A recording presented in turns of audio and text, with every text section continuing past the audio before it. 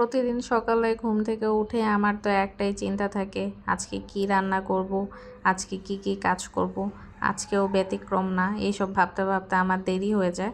পরে একা থাকি তো, একার জন্য আর এত কিছু আয়োজন করে নাস্তা বানাতে ইচ্ছা করে না। তো শর্টকাটে বেশিরভাগ সময় আমি চাপটি বানিয়ে নিই, আর তার সঙ্গে হয়তো বা ডিম পোচ করে নিই বা ডিম ভাজি করে নিই। আজকেও সেম তাই করলাম। আর তার সঙ্গে একটু ছোলা গুড় নিয়েছিলাম। কম্বিনেশনটা আমার কাছে ভালোই লাগছিল। আমার প্রায় সকালের নাস্তাই থাকে এইটা। এত কিছু এফোর্ট দিয়ে এত কষ্ট করতে ইচ্ছা করে না। এরপর বাসার কিছু কাজ করে পদ্মাতে চলে গেলাম। তো ওয়েট করছিলাম সিরিয়ালে যে আমার কিছু টেস্ট করাতে হবে। দেন টেস্টগুলো করিয়ে চলে গেলাম টিএসসির হাকিম চত্বরে। ভাবলাম এখানেই কিছু লাঞ্চ করে ফেলি। তো নিয়েছিলাম ৪৫ টাকার বিরিয়ানি আর লাচ্ছি নিয়েছিলাম, আর তার সঙ্গে ৪৫ টাকার ফ্রাইড রাইস নিয়েছিলাম।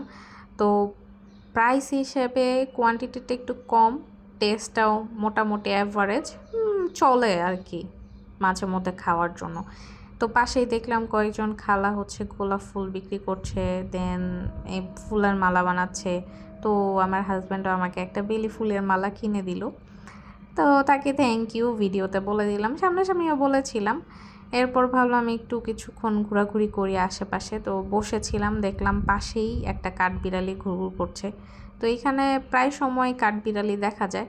আর কৃষ্ণচূড়া ফুলগুলো চারদিকে ছড়িয়ে ছিটে পড়ে আছে, দেখতে কি ভালো লাগছে বলেন।